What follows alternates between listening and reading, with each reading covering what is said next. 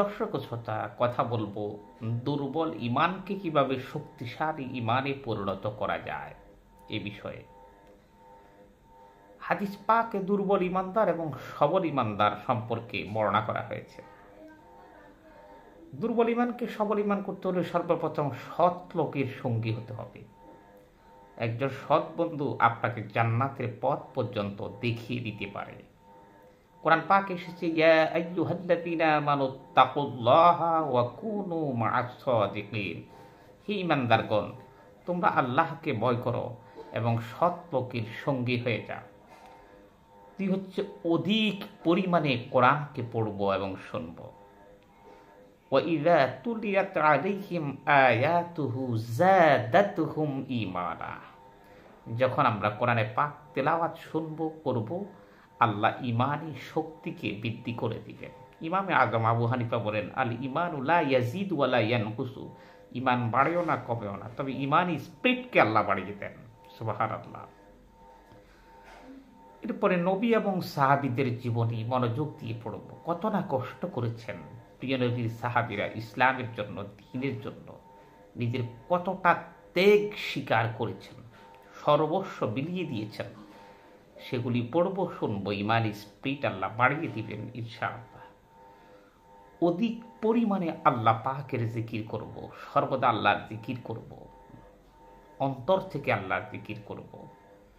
আলা বিযিকরিল্লাহি তাতমাইন্নুল কুলুব। জেনে রাখো, একমাত্র আল্লাহর জিকিরেই এই অশান্ত হৃদয়কে প্রশান্তি দিতে পারে, ইমানি শক্তিকে বৃদ্ধি করে দিতে পারে। ইসলামের সৌন্দর্য সম্পর্কে জানা। আল ইসলামু দীনুন কামিলুন। পরিপূর্ণ জীবন বিধান ইসলাম। ইন্নাদ দীনা ইনদাল্লাহিল ইসলাম।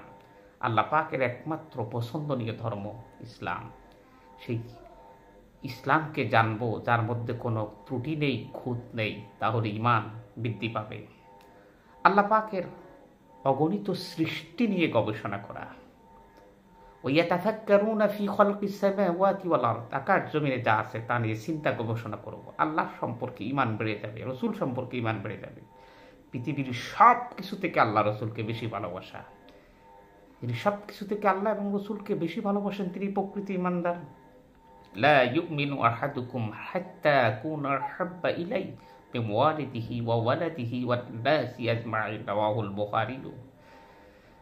সব কিছু থেকে, মাতা পিতা থেকে, পৃথিবীর সব কিছু থেকে যদি আল্লাহ এবং রসুলকে বেশি ভালো না বাসেন, তাহলে তো ইমানদারি না। যদি বেশি ভালোবাসেন, ইমানের শক্তি আল্লাহ বাড়িয়ে দিবেন। আখিরাতের তুলনায় দুনিয়ার সামান্যতার কথা, তুচ্ছতার কথা চিন্তা করা। ওয়ালাল আখিরাতু খায়রুল লাকা মিনাল উলা। পৃথিবীর থেকে আপনার জন্য আখিরাতের জীবন উত্তম। বাল তুসিরুনাল হায়াতাদ দুনিয়া ওয়াল আখিরাতু খায়রুন ওয়া আবকা। দুনিয়া তুচ্ছ, আখিরাত বিশাল। এরপরে বন্ধুত্ব এবং শত্রুতা করবো আল্লাহর জন্য। আবু যার গিফারী রাদিয়াল্লাহু তাআলা আনহু থেকে হাদিস, আফদালুল আমালি আল হুব্বু ফিল্লাহি ওয়াল বুগযু ফিল্লাহ। শ্রেষ্ঠ আমল হচ্ছে আল্লাহর জন্য ঘৃণা করা, আল্লাহর জন্য ভালোবাসা। বিনয় এবং লজ্জাশীলতাকে অবলম্বন করব। আল্লাহকে পাওয়ার জন্য বিনয় হব, আল্লাহর ভালোবাসা পাওয়ার জন্য খুশু এবং খুজু অর্জন করব। লজ্জাশীল হব। আল হায়াউ শুবাতুম মিনাল ঈমান। লজ্জা হচ্ছে ঈমানেরই অঙ্গ। আসুন না, দুর্বল ঈমানটাকে সবল করার জন্য কোরআনকে জানি, রসুলকে জানি, সাহাবীদেরকে জানি, ইসলামকে জানি। আল্লাহ আপনি আমাদেরকে ইসলামের জন্য, ঈমানের জন্য কবুল করে দিন। আমিন। আসসালামু আলাইকুম।